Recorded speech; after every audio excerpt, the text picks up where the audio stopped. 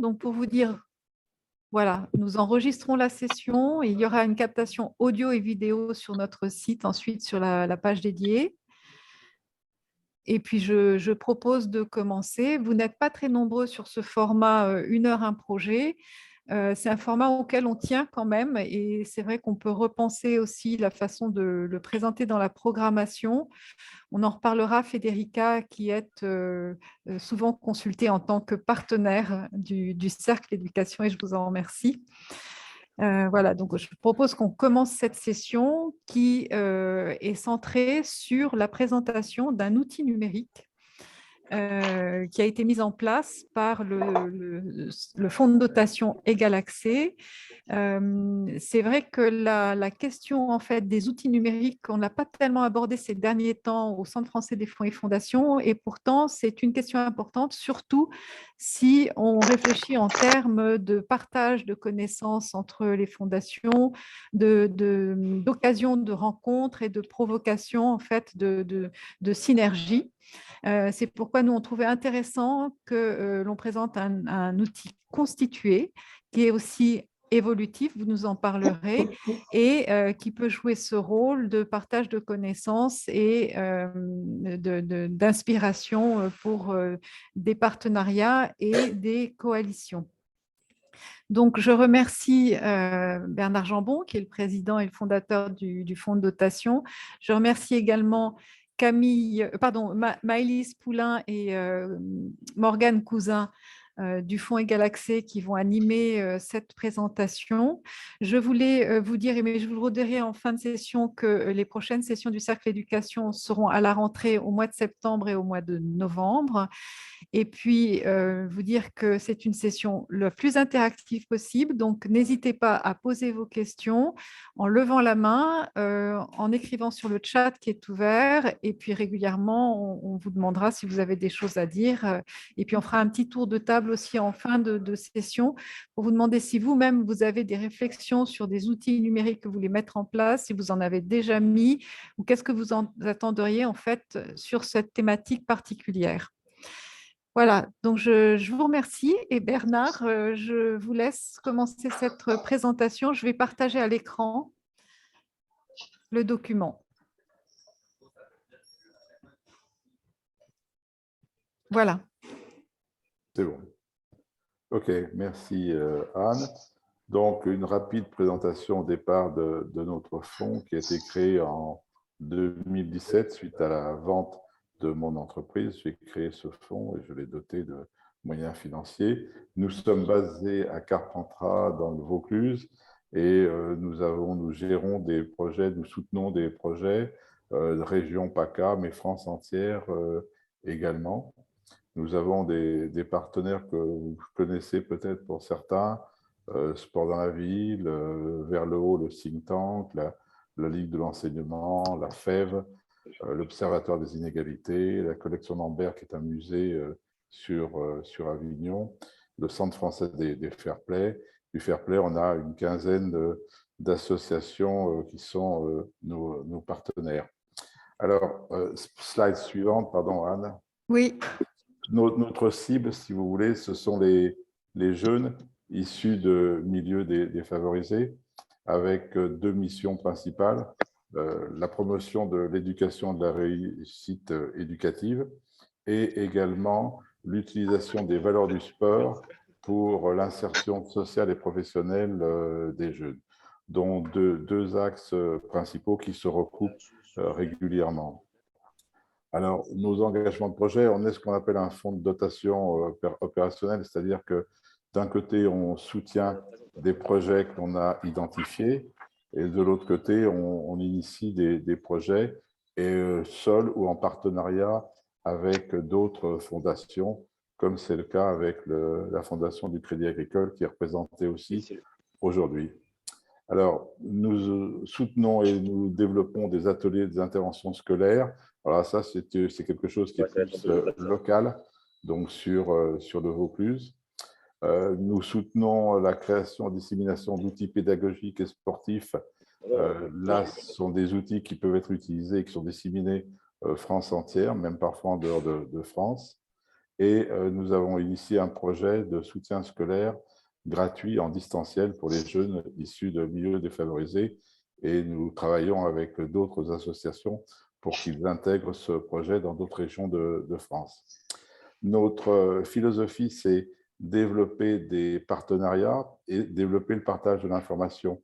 On s'est rendu compte très vite, si vous voulez, que si nous voulions mener à bien nos deux missions, nous avions besoin de savoir ce qui se passait à côté, ce que les autres fondations, les autres associations faisaient.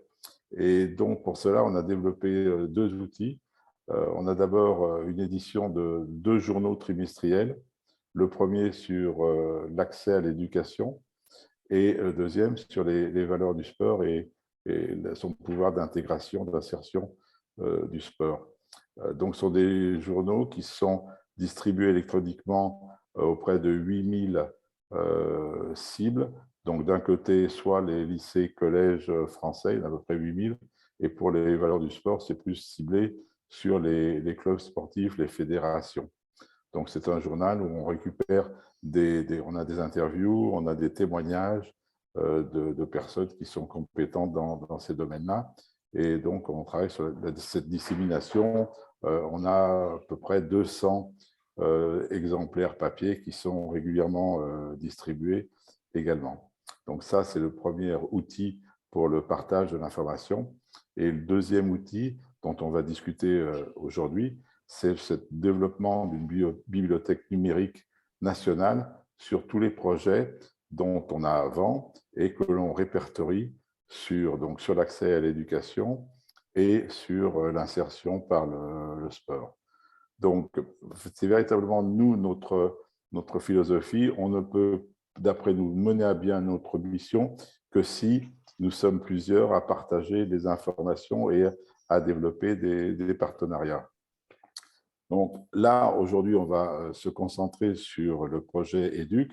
Est-ce que vous avez déjà des questions un petit peu sur nos missions, notre philosophie, avant que l'on passe à la description du projet EDUC par Morgane? Donc, il semble que j'ai été clair, très bien. Donc, sur la slide suivante, Morgane elle est responsable donc, d'Égal Accès dans nos bureaux, et elle travaille avec Maëlys sur le développement de EDUC qui va vous être présenté maintenant. Donc, slide suivante, Anne. Oui. Voilà, Morgane, à toi. Bonjour. Donc, l'objectif de cette réunion, c'est vous informer en tant que fondation, fonds de dotation et association de cette plateforme EDUC, l'intérêt des partenariats et ses mises en œuvre, et bien sûr échanger ensemble sur toutes vos suggestions et remarques sur cette plateforme. Donc, pour EDUC, slide suivante, s'il vous plaît. Il y a plus de 900 projets recensés, donc 917 actuellement, sur de nombreux thèmes comme le soutien scolaire, l'accès à l'éducation, la culture, le sport, que nous verrons tout à l'heure. Vous y retrouvez des projets locaux, nationaux comme à l'étranger. Sur chaque projet, nous avons un espace d'échange où nous pouvons échanger sur chaque projet et poser des questions. Donc, c'est une nouvelle plateforme unique, gratuite, qui est consultable en ligne et qui est ouverte aux collaborations et aux partenariats. Donc, pour ces objectifs, merci. Nous l'avons créé dans le but de partager des informations entre les fondations et les associations pour trouver des initiatives par thème, sélectionner des projets à sponsoriser ou enrichir les projets soutenus ou à soutenir et trouver les structures avec lesquelles s'associer. Donc, sur votre droite, vous voyez la page de garde de EDUC qui est consultable sur educ.guide. Alors là, j'interromps Morgane juste pour développer un point, c'est l'enrichissement des projets. On s'est rendu compte que beaucoup de projets similaires étaient développés dans différents coins de France par différentes associations et qu'il n'y avait aucune communication entre ces différentes associations. Et ça nous a semblé capital. Si vous voulez réaliser un beau projet, il est bon de bénéficier de l'expérience des autres et, le cas échéant, de partager après des moyens. Donc, c'est véritablement la base de notre réflexion et qui nous a conduit à développer Educ. Voilà, je t'interromps plus, Morgane. Non, non, mais tu peux compléter à Voilà. chaque fois, bien sûr. Donc, vous pouvez rechercher par plusieurs filtres de recherche les projets. Donc, slide suivante, s'il vous plaît. Donc, par mots-clés. Donc, par exemple, vous pouvez taper application, jeux éducatifs, ateliers de sensibilisation. Vous pouvez choisir en direction de quel public. C'est plutôt des projets en direction des enfants, des parents ou plutôt des professionnels. Vous pouvez également rechercher par thème. Donc, nous avons référencé plusieurs thèmes, donc, comme les valeurs du sport, l'accès à l'éducation, l'harcèlement, la discrimination, la violence, l'orientation et l'insertion professionnelle, la citoyenneté, l'accès à la culture, le soutien scolaire et le décrochage scolaire. Le passage en sixième, l'handicap, l'accès au sport et l'aide aux jeunes de pays défavorisés. Donc, pour l'instant, nous avons ouvert à tous ces thèmes et peut-être qu'on ouvrira d'autres thèmes plus tard. Vous pouvez également rechercher par date de création de projet, donc des projets anciens qui sont toujours d'actualité ou les nouveaux projets de cette année. Slide suivante, s'il vous plaît. Également par zone géographique, dont nous avons des projets référencés en France entière, à l'international et également dans les pays en dehors de l'Europe. Vous pouvez également savoir si ce sont des projets à portée locale, régionale, nationale ou internationale. Et vous pouvez également choisir si vous souhaitez voir les projets plutôt en direction des enfants, donc plutôt école primaire, ou plutôt des adolescents au collège ou des lycéens. Vous pouvez également choisir le type de format de projet. Donc, par exemple, sur notre plateforme Educ, vous pouvez consulter. Donc, il y a des sites web, des applications, des vidéos, des films, des jeux, des kits, des formations, des livres, des dispositifs d'accompagnement, des enquêtes, des événements, des séquences pédagogiques, des actions de sensibilisation et des stages. Et vous pouvez également cibler si vous souhaitez voir un projet qui s'est créé en zone prioritaire, dans les quartiers prioritaires, et également voir les projets qui sont ouverts à partenariat et collaboration. Donc, voici un exemple de fiche projet. Donc, par exemple, le Monopoly des inégalités. Donc, sur une fiche projet, vous pouvez voir par quelle organisation elle a été créée. Donc là, en l'occurrence, c'est par l'Observatoire des inégalités. Un contact mail, l'année de création, dans quelle région, si c'est plutôt un projet à portée locale, nationale ou régionale, à quel niveau scolaire, à quel public il s'adresse. Donc là, en l'occurrence, le Monopoly des inégalités, c'est plutôt à partir des enfants de 10-11 ans. Donc, la sixième. Sur une fiche projet, vous avez également le site web à votre disposition et un lien vers la ressource. Donc, le lien vers la ressource, c'est un PDF ou une pièce jointe, donc un livret ou un guide explicatif, par exemple. Et puis, vous avez la description du projet qui est synthétisée. Donc là, en l'occurrence, la boîte à outils, je vous la présente. C'est une boîte à outils pour personnaliser un jeu de Monopoly classique, pour permettre de parler des inégalités et des discriminations avec des jeunes à travers le jeu. Donc, par exemple, avec cette boîte à outils, quand vous personnalisez le jeu, les femmes ne commencent pas avec la même somme que les hommes. Si vous êtes un personnage en situation de handicap, vous ne pouvez pas passer par les gares ou acheter une gare. Si vous êtes le personnage qui est né en quartier prioritaire, vous ne pouvez pas acheter de maison ou de terrain. Voilà, c'est un peu pour faire prendre conscience des injustices aux jeunes, d'en débattre autour du jeu. Donc, nous avons sponsorisé ce projet et nous mettons à disposition cette boîte à outils auprès de structures éducatives. Donc là, nous avons prêté 6 jeux à des centres sociaux, à des associations nationales comme la Ligue de l'enseignement et également à la gendarmerie, la cellule de prévention de la gendarmerie également qui nous l'a demandé. Si vous avez des questions, n'hésitez pas à me couper. Slide suivante. J'aurais une question, excusez-moi. Oui. Quand vous parlez de sponsoriser le jeu, c'est dans quel cadre? Nous avons aidé au financement à la création de la boîte à outils, en partie. D'accord. Voilà.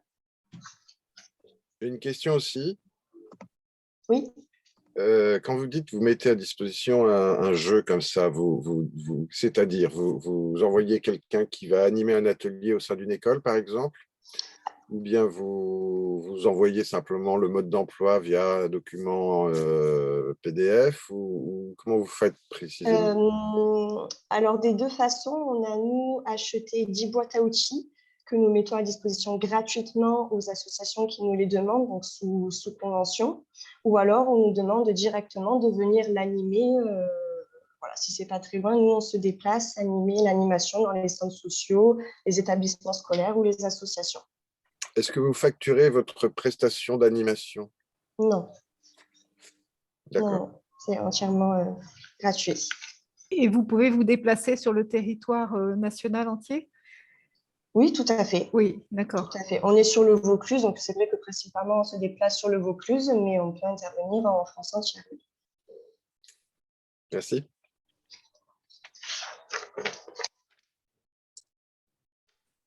Donc, un autre projet qu'on peut vous présenter, ce sont les Expo Quiz du Moutard, qui est une association lyonnaise.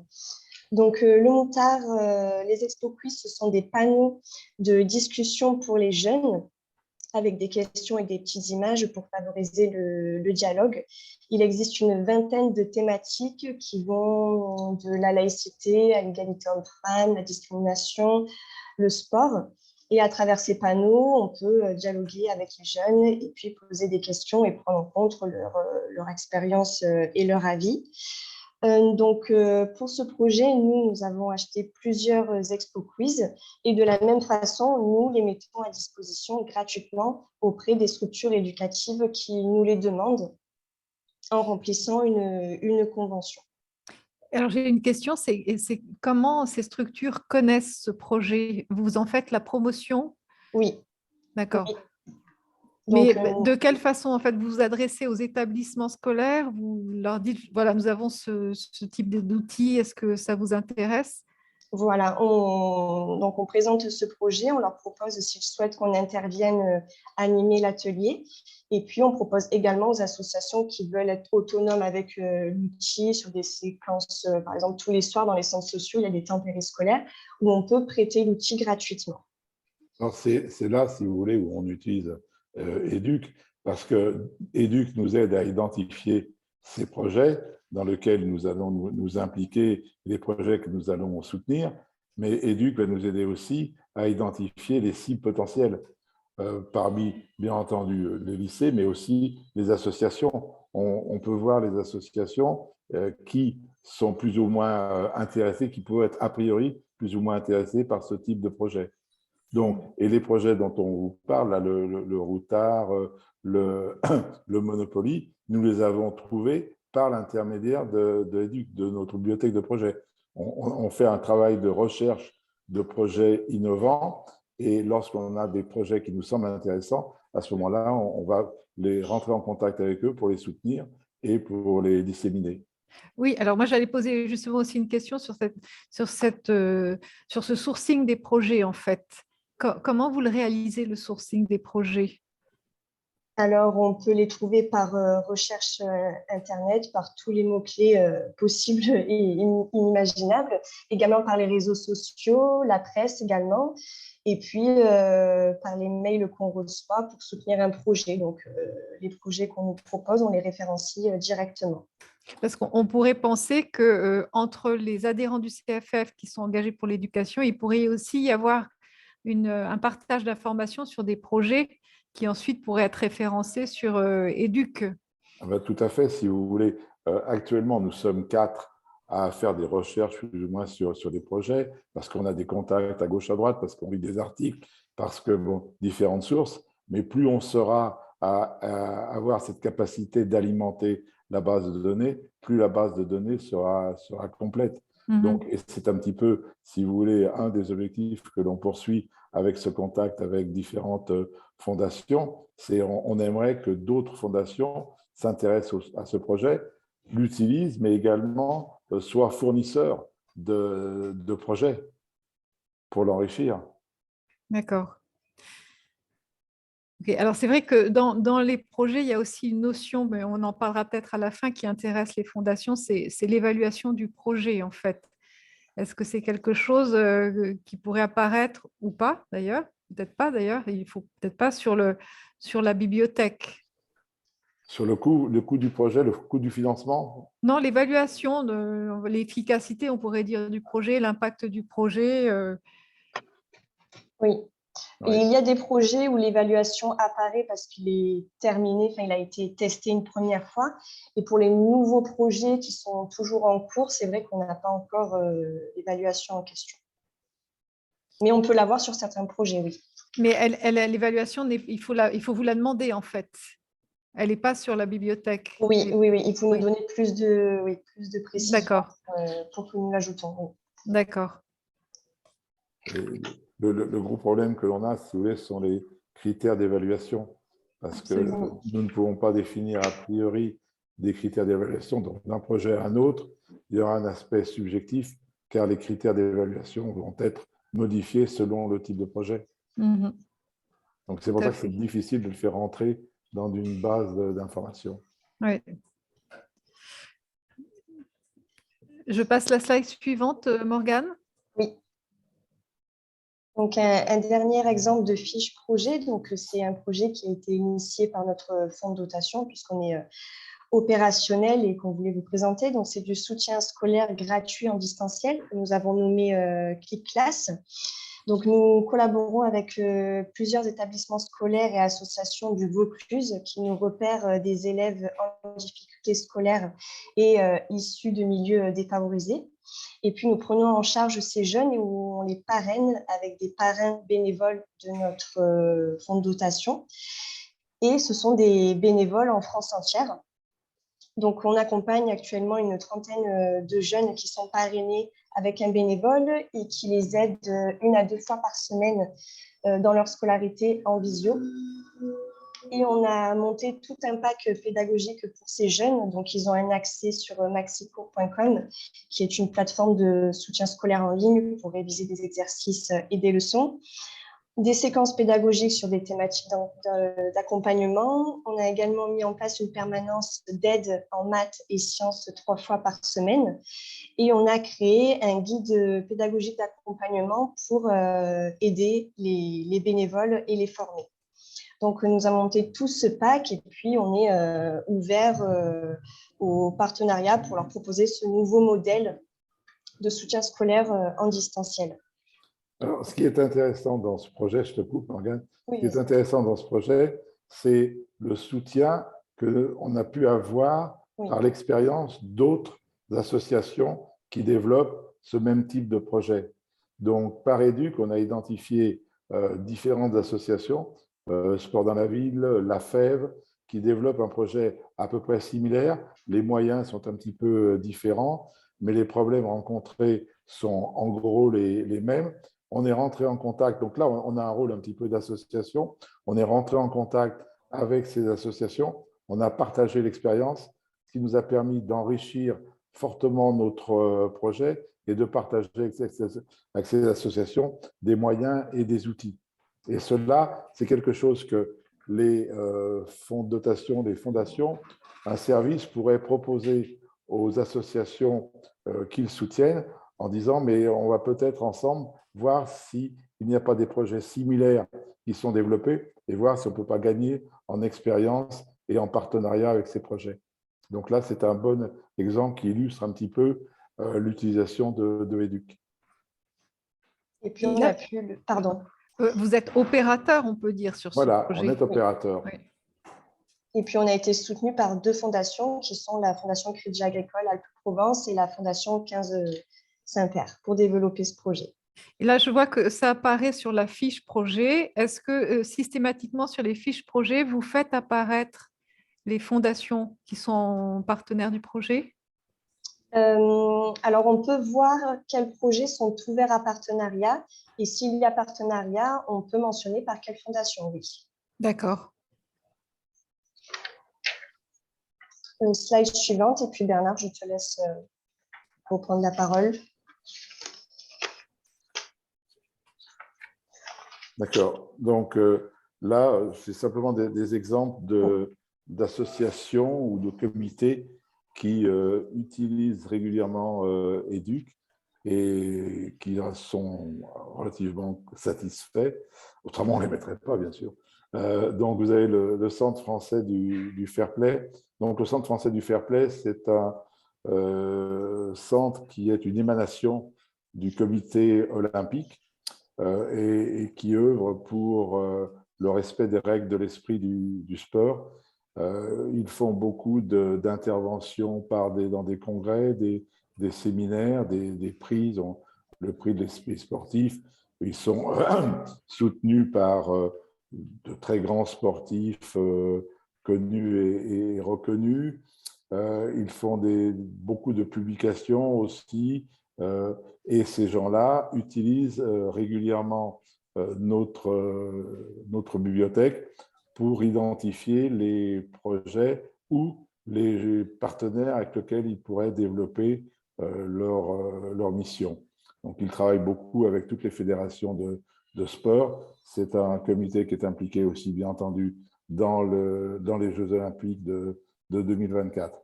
Donc, ce sont des gens basés à Paris, mais qui travaillent France entière, qui sont très, très actifs. Ils ont organisé une grande manifestation au stade Charletti à Paris, où il y avait à peu près 30 000 personnes.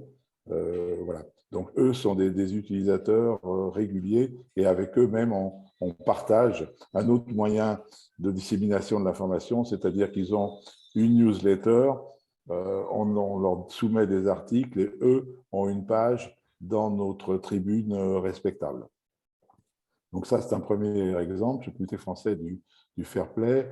Un autre exemple, c'est la Ligue de l'enseignement. Donc, Ligue de l'enseignement, c'est une association qui regroupe plus de 7000 adhérents, principalement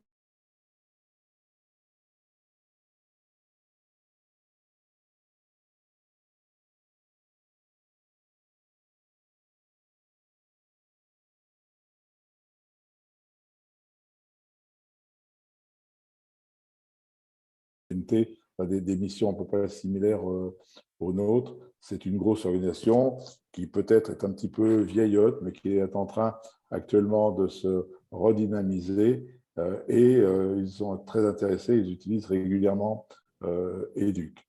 Un autre exemple, avec peut-être une vision différente, puisque c'est vers le haut. Vers le haut, je ne sais pas si vous connaissez, c'est un think tank qui actuellement a des petits problèmes de management, mais qui est assez opérationnel sur la publication de livres, de revues, dissémination d'informations. Ils sont très impliqués aussi au niveau des autorités gouvernementales.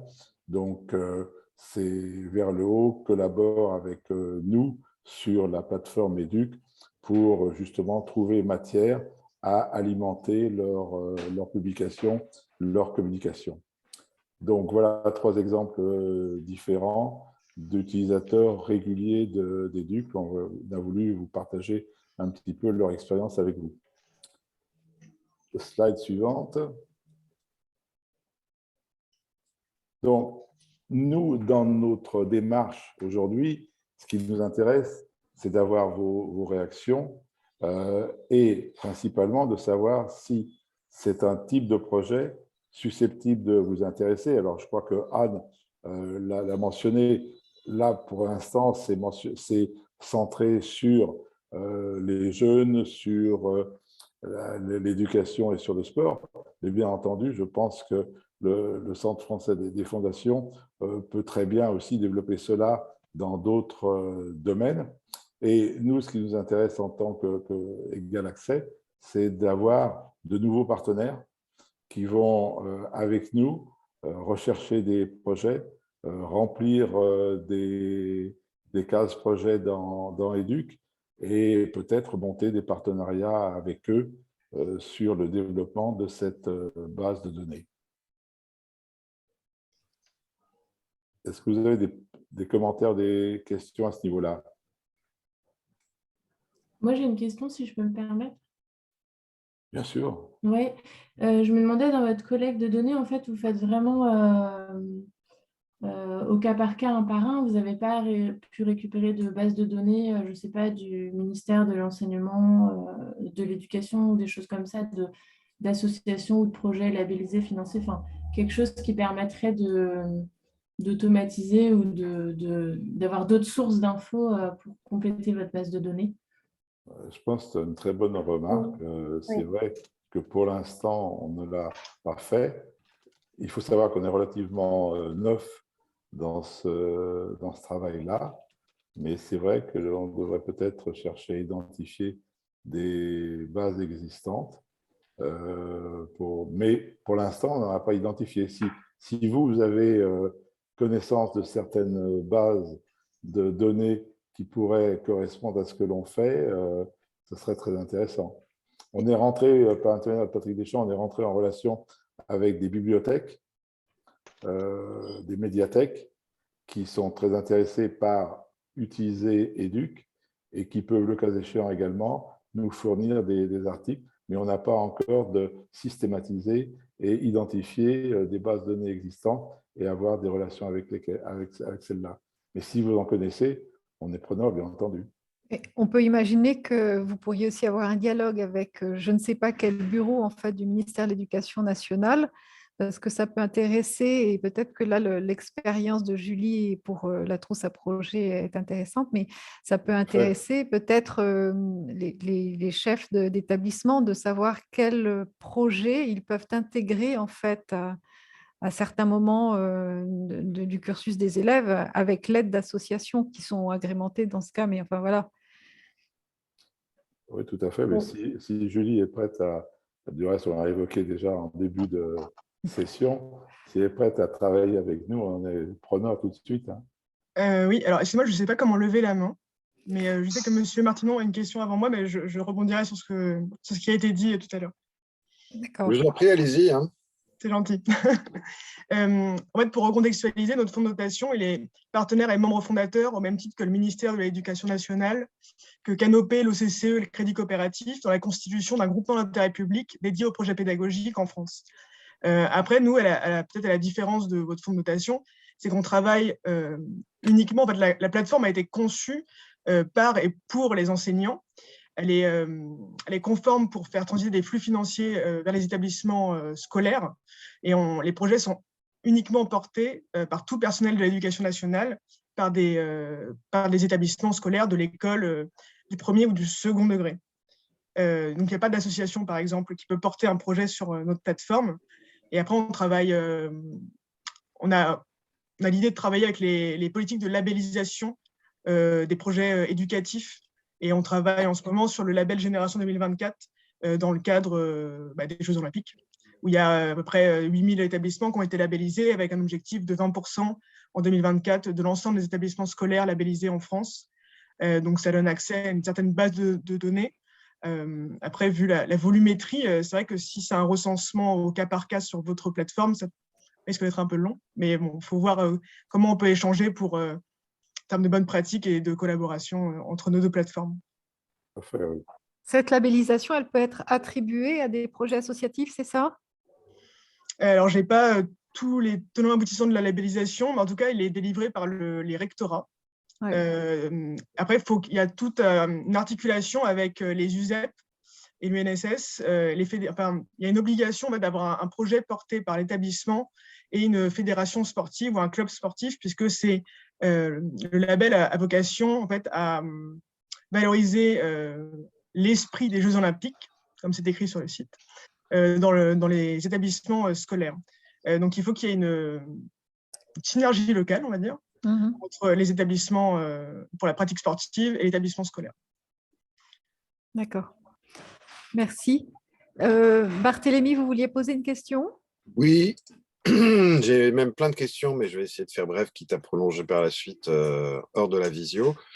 Si j'ai bien compris, vous ciblez l'ensemble des enfants de la maternelle jusqu'au bac? Sixième. Jusqu'à la sixième, d'accord. Est-ce que, quand vous parlez de votre base de données, c'est une base de données dont vous disposez vous seul, ou bien elle est liée à un site internet, à une plateforme? Est-ce que votre catalogue d'offres est accessible en ligne? Oui, oui, oui, tout à fait. Donc, on va vous montrer en présentation vidéo à la fin de la présentation. Elle est consultable sur educ.guide gratuitement et par tous. Et vous pouvez voir directement tous les projets que vous souhaitez regarder. Et puis, vous pouvez également être administrateur de Educ si vous souhaitez ajouter vos projets ou les modifier directement. Mais pour être administrateur, pardon, je coupe, pour être administrateur, il faut quand même être agréé. C'est-à-dire que Oui. tout le monde peut rentrer et rechercher de l'information, mais pour rentrer de l'information dans la base de données, il faut être agréé. Bien sûr. Vous cherchez des formats prêts à être exploités. Moi, je pense à 2-3 personnes avec qui je suis en relation qui ont développé des formats d'animation pour une demi-journée ou une semaine et qui proposent un package, si je peux dire, avec les supports pédagogiques et l'animation. C'est ce genre de choses que vous cherchez? Ou bien est-ce que vous êtes plus globalement à la recherche d'offres d'intervention? Je suis en train de constituer un fichier de speakers ou de conférenciers, si vous voulez, qui peuvent aborder tel ou tel sujet et qui pourraient tout à fait adapter leur sujet de conférence à un public de jeunes, enfin de gamins, quoi. Donc voilà, je voulais savoir un peu le genre de propositions que vous cherchez ou comment vous les qualifiez. J'aurais tendance à dire qu'on est preneur de toutes les propositions qui peuvent contribuer à notre mission. Donc, que ce soit aussi bien une liste d'intervenants, puisque déjà, on le fait un petit peu. On a des intervenants donc, que l'on présente au lycée, au collège, dans le domaine du théâtre, dans le domaine de la culture. Donc, on est preneur, bien sûr, de cela. Il faut simplement que l'on arrive à le mettre dans un cadre de projet. Et puis, bien entendu, le développement d'outils, le développement de supports rentre totalement dans le cadre de ce que l'on cherche à rentrer dans Educ. Très bien, mais je pense que je vais revenir vers vous. D'ailleurs, si nous avions vos emails, ça serait pas mal. Je vais les partager ensuite. Merci, Anne. Merci beaucoup. La présentation n'est pas terminée, Oui. Bernard. On est sur la fiche. Et donc, c'est à Morgane de prendre le relais sur la fiche, le formulaire d'inscription. Oui. Donc, si vous souhaitez ajouter directement ou modifier des projets, puisque actuellement, c'est nous-mêmes qui les ajoutons et les modifions, vous pouvez directement vous inscrire sur la plateforme Educ, donc educ.guide, en remplissant un formulaire d'inscription, donc en mettant un pseudo, vos contacts. Si vous êtes plutôt association, fondation, professionnelle, votre mission et un mot de passe. Et puis, avec votre pseudo et votre mot de passe, vous pourrez vous connecter et ajouter vos projets, et seulement vos projets, et modifier vos projets, vos propres projets. Voilà. Donc, on peut vous présenter d'autres projets qui sont ouverts à partenariat et qui sont dans Educ. Donc, bon, le projet Kiclass, on en a parlé tout à l'heure, mais c'est toujours un projet effectivement qui est ouvert à partenariat puisque nous pouvons toucher un grand nombre d'élèves qui sont issus de milieux défavorisés. Puis, ça présente de nombreux avantages puisque c'est une aide scolaire gratuite. Puisque c'est en distanciel, elle peut se faire depuis son domicile ou tout autre endroit pour nos bénévoles.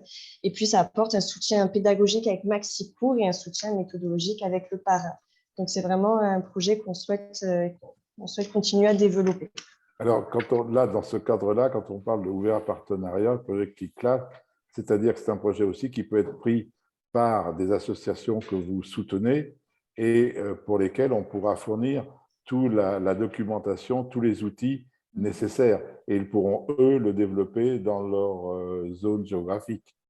Donc, ça peut être soit un partenariat pour l'étendre, soit un partenariat pour le soutenir financièrement.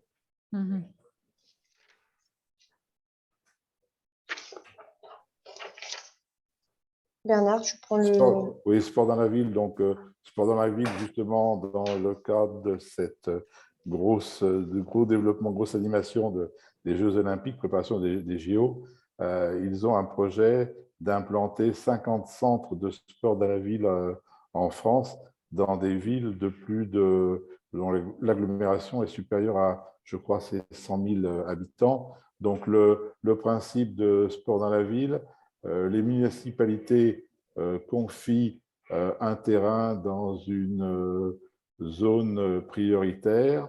Il y a des gros sponsors sur Sport dans la ville qui vont financer la construction de terrains de foot et de bâtiments et parfois de terrains de basket pour attirer les jeunes à la pratique du sport. Les éducateurs de sport dans la ville vont rentrer en contact avec les familles pour après aider ces familles dans l'éducation de leurs enfants. Sport dans la ville est implanté sur Lyon, Paris, Saint-Denis, Marseille, Quartier-Nord. Ils sont aussi, je crois, à Grenoble et à Chambéry. Et donc là, ils ont un projet de très grosse envergure pour créer 50 autres centres de ce type en France.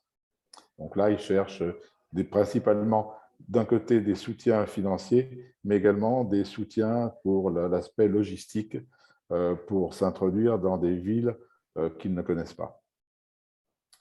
Voilà pour le...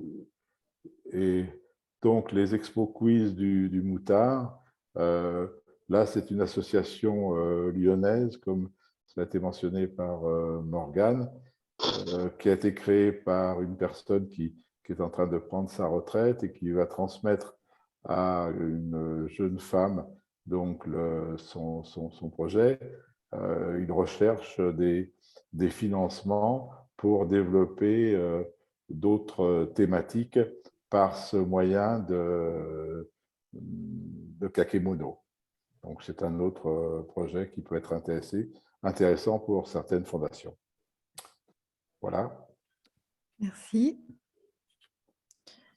Alors, est-ce que vous voulez qu'on passe rapidement la petite présentation? Oui, il nous reste un quart d'heure, donc sauf si est-ce qu'on traite les questions d'abord? Peut-être, oui, et j'enverrai le lien éventuellement de la présentation voilà. Ensuite par courrier. Est-ce que vous avez des questions?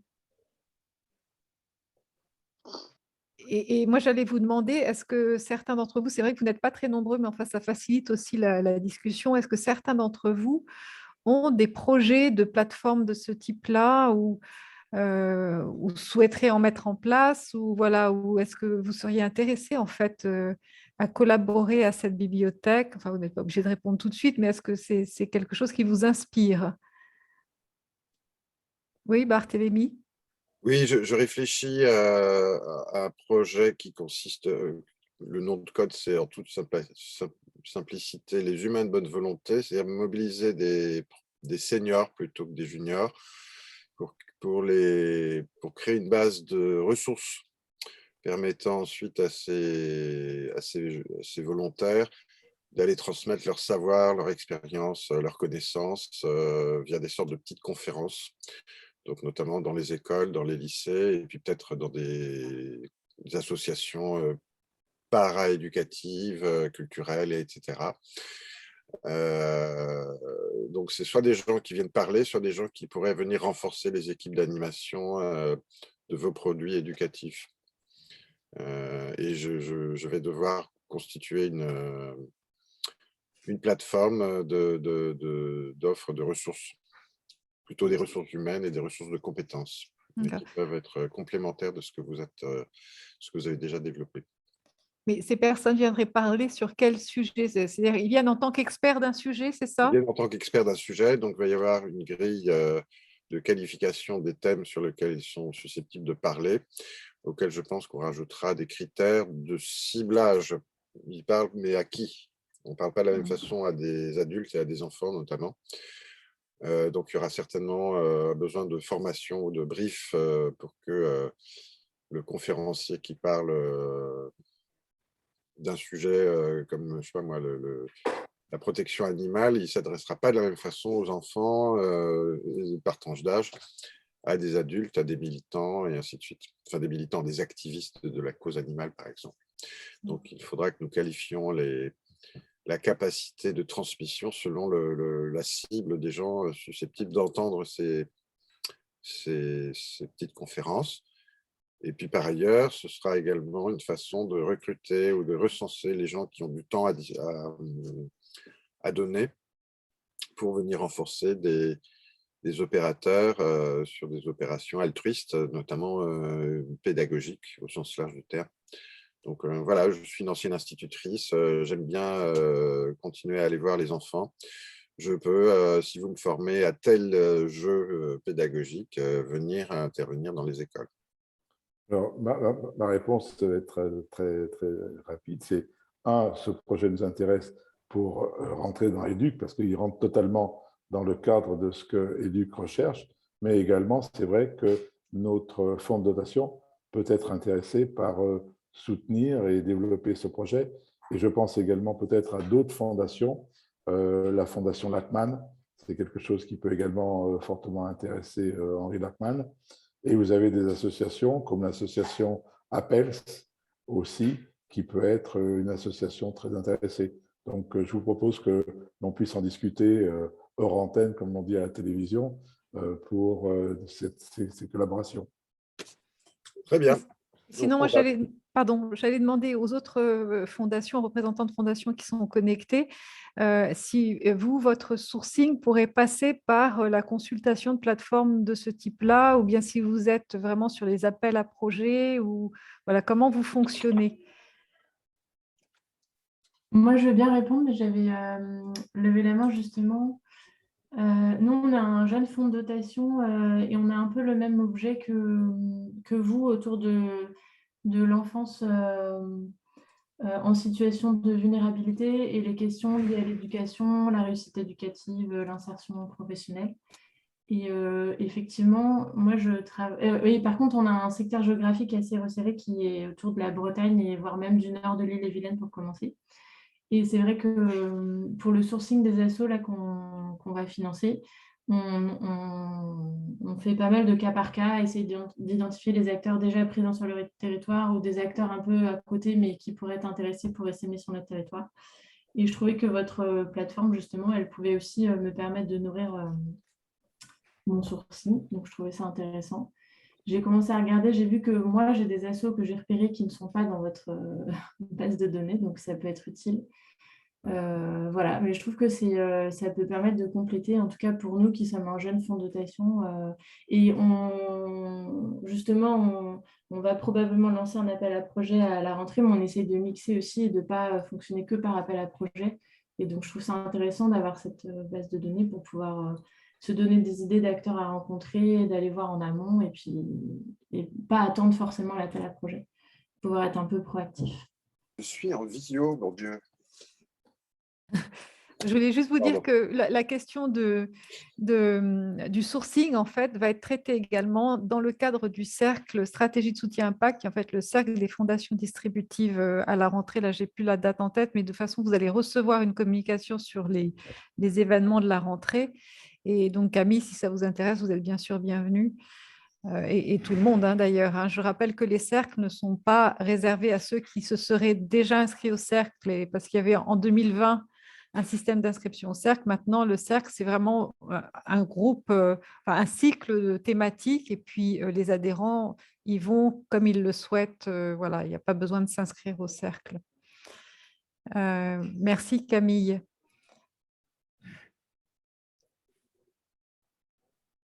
Écoutez, est-ce qu'il y a d'autres questions ou d'autres témoignages sur le sourcing des projets ou sur l'inspiration plateforme d'échange? Je pense que cette notion de plateforme est très à la mode. Il y a des besoins et le problème, ce n'est pas de définir la plateforme, c'est de définir l'articulation entre les multiples plateformes qui sont plus ou moins développées à l'initiative des uns et des autres. Et là, vous avez un chantier, je crois. Puis il y a peut-être une réflexion aussi à avoir, comme je ne sais plus qui d'entre vous en parlait, la récupération de données, en fait, éventuellement de l'open data. Ça, on est balbutiant là-dessus. C'est un sujet qu'on ne connaît pas trop. On avait fait un voyage d'études en 2019 17, je crois, ou 18 pour le Centre français des fonds et fondations à Grenoble, d'ailleurs, sur le sujet de l'open data, qu'on peut retrouver dans nos dossiers. Mais voilà, c'est un autre sujet sur lequel on peut réfléchir aussi collectivement. Je pense que sur ce sujet, les acteurs publics peuvent être des ressources vraiment intéressantes parce que pour le coup, que ce soit collectivité ou État, ils ont tous beaucoup avancé sur ces sujets-là. Ben, je note. Je note et on en reparlera. Ben, écoutez, je vous remercie. Oui. Juste pour synthétiser, et vu du côté égal accès, j'ai noté qu'il y avait 3 fondations ou associations qui pourraient développer des relations avec nous. Alors, je vais synthétiser. Donc, c'est Julie, Barthélemy et Camille.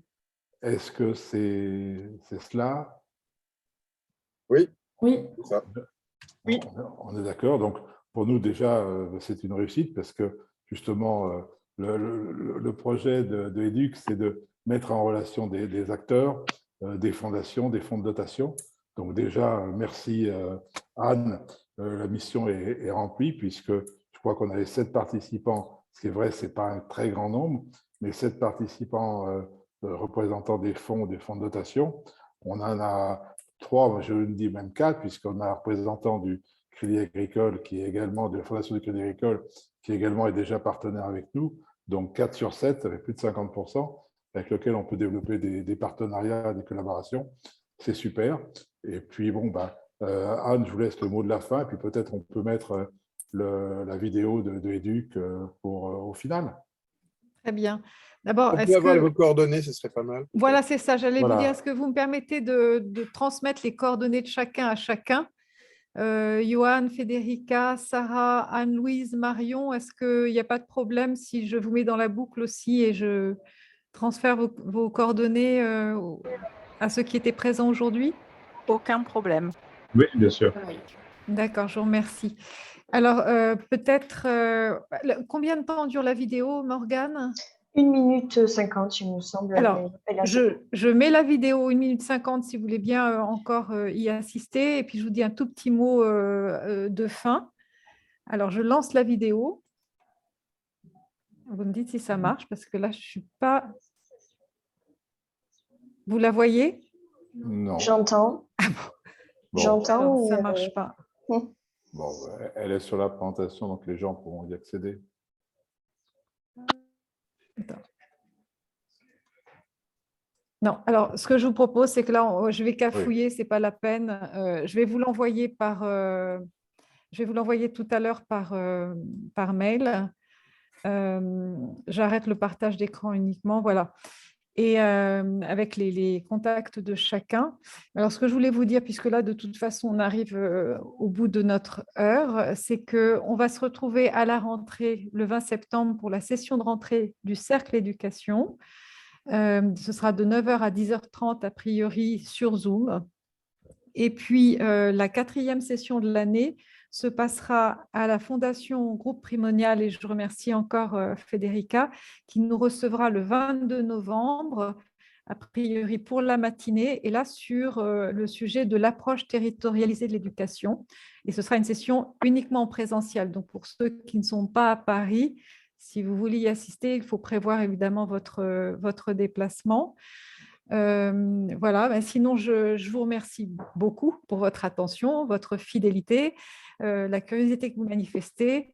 Je vous rappelle que toutes ces sessions, c'est justement fait pour vous mettre en relation les uns les autres et faire vivre le réseau. Donc, tant mieux si on y arrive. Vous rappelez que le 30 juin prochain aussi, c'est l'Assemblée générale du CFF. Il y aura ensuite élection d'un nouveau président. Et puis, il y aura une conférence annuelle sur le thème de l'action des fondations et fonds de dotation au cœur de l'intérêt général. Monsieur Jambon, je crois que vous serez présent le 30 juin prochain, oui, et que donc vous serez tout à fait accessible si certains d'entre vous veulent continuer la conversation à cette occasion. Voilà. Eh bien, il me reste à vous remercier et à vous souhaiter bonne continuation avec vos projets et à bientôt pour de nouvelles aventures. Merci. Merci beaucoup Anne. À bientôt. Au revoir tout le monde. Au revoir. Au revoir.